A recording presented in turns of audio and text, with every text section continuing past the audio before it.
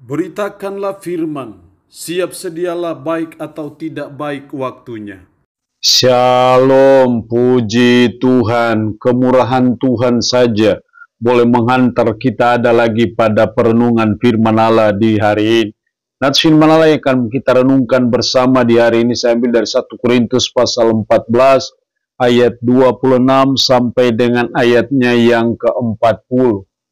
Secara khusus saya akan baca ayat 26 sampai dengan ayatnya yang ke-28. Firman-Nya berkata demikian, "Jadi bagaimana sekarang saudara-saudara? Bila mana kamu berkumpul, hendaklah tiap-tiap orang mempersembahkan sesuatu, yang seorang mazmur, yang lain pengajaran atau penyataan Allah, atau karunia bahasa roh, atau karunia untuk menafsirkan bahasa roh. Tetapi semuanya itu harus dipergunakan untuk membangun. Jika ada yang berkata-kata dengan bahasa roh, biarlah 2 atau sebanyak-banyaknya 3 orang, seorang demi seorang, dan harus ada seorang lain untuk menafsirkannya. Jika tidak ada orang yang dapat menafsirkannya, hendaklah mereka berdiam diri dalam pertemuan jemaat, dan hanya boleh berkata-kata kepada dirinya sendiri dan kepada Allah." Demikianlah sabda firman-Nya di hari ini yang secara khusus mengajar, menasihati kita karunia roh Allah yang memberdayakan gereja. Saya percaya hanya karunia roh Allah saja, hanya karunia Roh Kudus sajalah yang bisa memberdayakan gereja, yang membuat gereja bisa maju, gereja bisa bertumbuh, ataupun gereja bisa berkembang. Nah, karena itu penggunaan karunia roh Allah itu harus diatur sedemikian rupa, harus dipahami dengan baik, sehingga itu akan memberdayakan gereja. Karena bisa terjadi karunia-karunia yang ada itu akan melahirkan perpecahan dalam gereja, dalam kehidupan berjemaat, sehingga menimbulkan kekacauan. Dan hal itu yang terjadi dalam jemaat yang ada di Korintus dari pasal 12 sampai 14 mengalami permasalahan dalam hubungan dengan karunia roh Allah itu.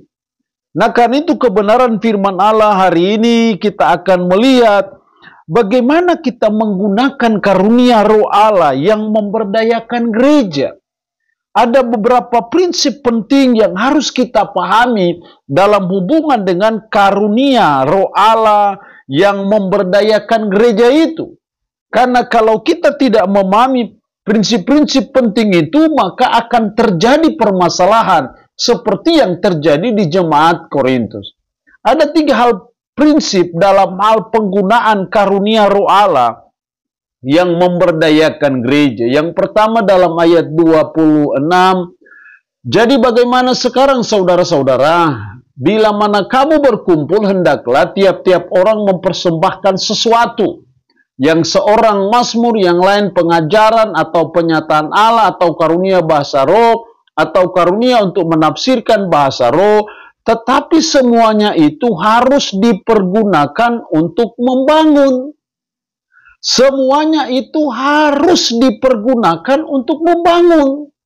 Ini prinsip yang pertama dan penting dalam penggunaan karunia roh Allah yang memberdayakan gereja. Yang pertama adalah bahwa karunia roh Allah harus digunakan untuk membangun. Bukan untuk memecah belah, bukan untuk saling menjatuhkan satu dengan yang lain. Jadi ketika Tuhan beri kita karunia roh Allah, beri kita karunia, hendaknya karunia-karunia itu kita pergunakan, kita fokuskan untuk membangun. Lebih khusus membangun persekutuan dalam jemaat. Jadi ketika Tuhan memberi kita karunia berkhotbah, yaitu untuk membangun jemaat. Karunia mengajar, yaitu untuk membangun jemaat. Karunia berbahasa roh, ya untuk membangun jemaat. Karunia menafsirkan bahasa roh, ya itu harus dipergunakan untuk membangun. Kalau tidak untuk membangun, maka tidak perlu digunakan karunia itu secara khusus dalam pertemuan dalam jemaat atau pertemuan dalam ibadah. Jadi hal yang penting kita pahami bahwa karunia Roh Allah harus digunakan untuk membangun. Yang kedua, prinsip yang kedua dalam ayat 33, sebab Allah tidak menghendaki kekacauan tetapi damai sejahtera. Allah tidak menghendaki kekacauan. Tuhan tidak mau penggunaan karunia Roh Allah itu mengakibatkan kekacauan. Yang Dia mau adalah ada damai sejahtera. Ini prinsip yang kedua dalam penggunaan karunia Roh Allah yang memberdayakan gereja. Yang kedua adalah karunia Roh Allah harus mendatangkan damai sejahtera. Tidak boleh mendatangkan sesuatu yang tidak ada damai sejahtera, yang membuat orang bersungut-sungut. Tidak boleh. Jadi karunia Roh Allah itu harus mendatangkan shalom, bukan mendatangkan kekacauan, bukan mendatangkan permusuhan. Itu tidak boleh. Yang harus terjadi adalah ada damai sejahtera. Jadi kalau kita menggunakan karunia itu dan tidak ada mendatangkan damai sejahtera, berarti kita sedang salah menggunakan karunia Roh itu. Jadi mari kita menggunakan semua karunia Roh Allah yang untuk memberdayakan gereja itu. Dan itu harus mendatangkan shalom, harus mendatangkan damai sejahtera. Baik bagi kita yang menyampaikannya, tapi juga bagi umat yang mendengarkannya ada damai sejahtera. Tapi kalau tidak ada damai sejahtera, itu berarti sesuatu permasalahan dalam penggunaan karunia Roh Allah.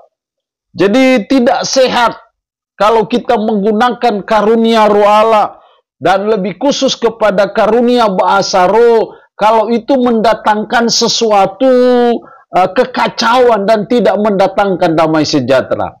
Lebih baik kita tidak perlu menggunakannya. Tapi kalau itu mendatangkan sesuatu yang damai sejahtera, mari kita gunakan karunia Roh Allah itu untuk memberdayakan gereja. Prinsip yang ketiga dalam ayat 40, tetapi segala sesuatu harus berlangsung dengan sopan dan teratur. Segala sesuatu, apa itu? Ya, penggunaan karunia Roh itu harus berlangsung dengan sopan dan teratur. Jadi ketika kita ada dalam pertemuan jemaat, dalam kita beribadah kepada Tuhan, karunia Roh Allah yang memberdayakan gereja itu harus berlangsung dengan sopan, dengan tertib, ataupun dengan teratur. Tidak boleh ada suasana yang kacau. Tidak boleh ada suasana yang tidak sopan, yang tidak teratur dalam penggunaan karunia ketika ada dalam pertemuan jemaat atau dalam ibadah. Ini prinsip yang ketiga dalam penggunaan karunia Roh Allah yang memberdayakan gereja. Yang ketiga adalah karunia Roh Allah harus digunakan dengan sopan ataupun dengan teratur ataupun dengan tertib. Kalau itu yang terjadi, maka karunia Roh Allah itu akan memberdayakan gereja. Allah yang punya firman ini memberkati kita dengan firman-Nya di hari ini. Amin. Mari kita berdoa. Puji syukur untuk kebenaran firman-Mu hari ini. Mengajar kami, menasihati kami karunia Roh Allah yang memberdayakan gereja. Tuhan tolong kami supaya kami mempergunakan karunia itu dengan prinsip-prinsip yang benar yang diajarkan oleh firman Allah. Yaitu karunia Roh Allah harus digunakan untuk membangun, harus mendatangkan damai sejahtera, dan harus berlangsung dengan sopan ataupun teratur. Roh-Mu yang kudus tanamkan, meteraikan firman dalam hati dan pikiran kami, dan sanggupkan kami supaya bisa memperlakukan firman ini dalam hidup kami sehari-hari. Berkat Tuhan bagi umat-Mu yang mendengarkan renungan harian di hari ini. Yang sakit tambah berdoa dalam nama Yesus. Tuhan lawat, Tuhan jamah, Tuhan sembuhkan dari sakit penyakit yang diderita. Terpuji-pujilah nama-Mu, dalam nama Tuhan Yesus Kristus kami berdoa. Amin. Shalom. Tuhan Yesus memberkati kita dengan firman-Nya.